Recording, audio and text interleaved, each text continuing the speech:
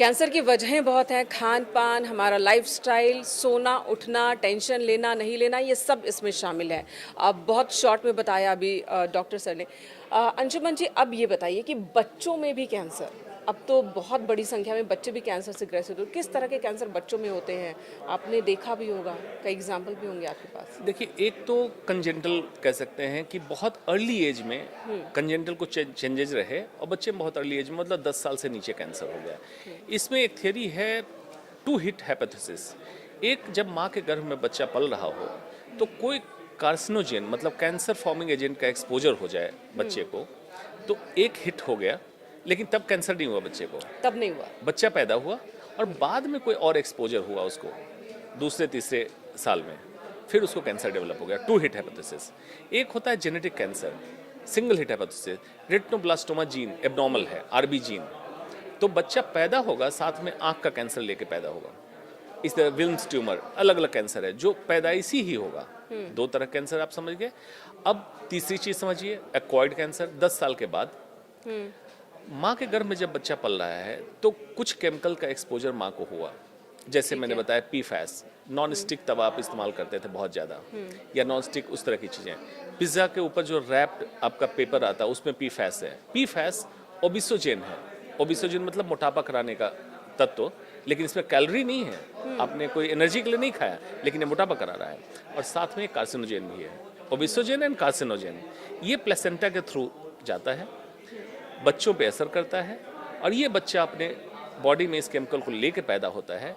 एक समय के बाद, क्योंकि बच्चा का ग्रोइंग सेल होता है, बहुत जल्दी कैंसर का रूप लेता है। इसीलिए पीफैस को कहा था फॉर एवर केमिकल, मतलब ऐसा केमिकल जो सदैव आप रहेगा। बोल रहे हैं कि ये एक्सपोजर तब हुआ है जब बच्चा गर्भ में है, गर्भ में था। और जब बच्चा खुद जो बड़े हो गए हैं, जो पिज्ज़ा खा रहे हैं, सेवन कर रहे हैं, जी उनमें भी इसी तरह से डर जी, है? अब मैं उस पर आ रहा हूँ। अब मान लीजिए कि एक है कि आपको एक्सपोजर नहीं हुआ, अब बच्चे बड़े हुए, अल्ट्रा प्रोसेस्ड फूड खा रहे हैं। अल्ट्रा प्रोसेस्ड फूड आप कह सकते हैं जिसको मैं कहता हूँ पॉइजन। और ब्राज़ील का एक क्लासिफिकेशन आया कि फूड को कैसे क्लासिफाई करो, NOVA classification, NOVA 1, NOVA 2, NOVA 3, NOVA 4। NOVA 4 is ultra processed food. वो फूड जिसको फैक्ट्री से ऐसा तैयार कर दिया गया जिसमें कि एज सच उसका कॉम्पोनेंट नहीं रहा, मतलब गेहूँ, चावल, इसको रिफाइंड करके मैदा ऐसा बनाया गया न उसमें फाइबर है, न एंटीऑक्सीडेंट, न मल्टीविटामिन है। बच्चे ये खाने लगे, उसमें ग्लाइसेमिक लोड बहुत ज़्यादा हुआ, मतलब जब आप खाए तो कार्बोहाइड्रेट की मात्रा बहुत ज़्यादा थी। High carbohydrate, obesity. इंसुलिन एक हार्मोन है जो शुगर को कंट्रोल करता है, वो पीक पकड़ा और कैंसर सेल ग्रो करने लगा।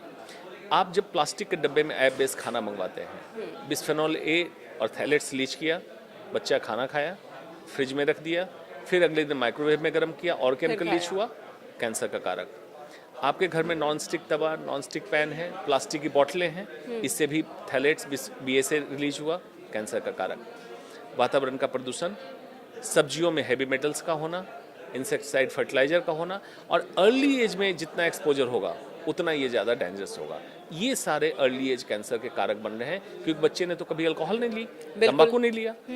इसमें कैंसर का कारण आपके वातावरण से आया। इसलिए जरूरी है कि सजग रहिए, जागरूक रहिए कि आप क्या खा रहे हैं, जो भी अंदर उतार रहे हैं या बाहर लगा रहे हैं, फॉर एग्जाम्पल कॉस्मेटिक्स। तो क्या पिज्ज़ा बर्गर खाना बंद कर दें?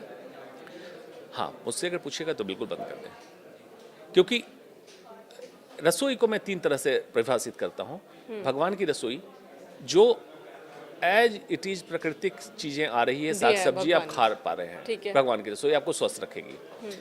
इंसान की रसोई, जो शुद्ध भारतीय भोजन आपके रसोई में बन रहा है, इंसान की रसोई, इससे भी स्वस्थ रहेंगे। शैतान की रसोई, जो हम बाहर से मंगा रहे हैं, जो पैक्ड प्रोसेस्ड फूड जो बाहर से मंगवा रहे हैं, वो कोई आपके लिए खाना बनाने को तैयार नहीं है। आज माँ भी थकती है तो कहती है आज बेटा खाना नहीं बनाऊंगी, ऑर्डर कर देते हैं।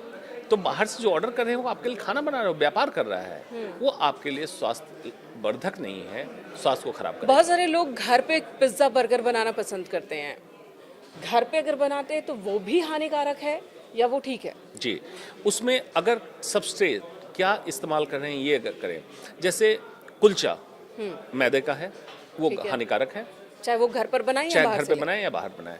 अगर आप कुछ ऐसा अल्टरनेटिव ढूंढते हैं पिज्ज़ा बनाने का कि होम बेस्ड आटे का आप बेस बनाएं, घी मेयोनीज की जगह इस्तेमाल करें, चीज़ की जगह बटर और इस तरह की मलाई का इस्तेमाल करें और हरी साग सब्जियों का इस्तेमाल करें, तो इंडियन पिज़्ज़ा इसका नाम दीजिए। शायद कल कोई हेल्दी होने के कारण वर्ल्ड में ज़्यादा पॉपुलर होगा, रादर देन कि जो पिज़्ज़ा आप खा के बीमार हो रहे हैं वो आउट हो सकता है।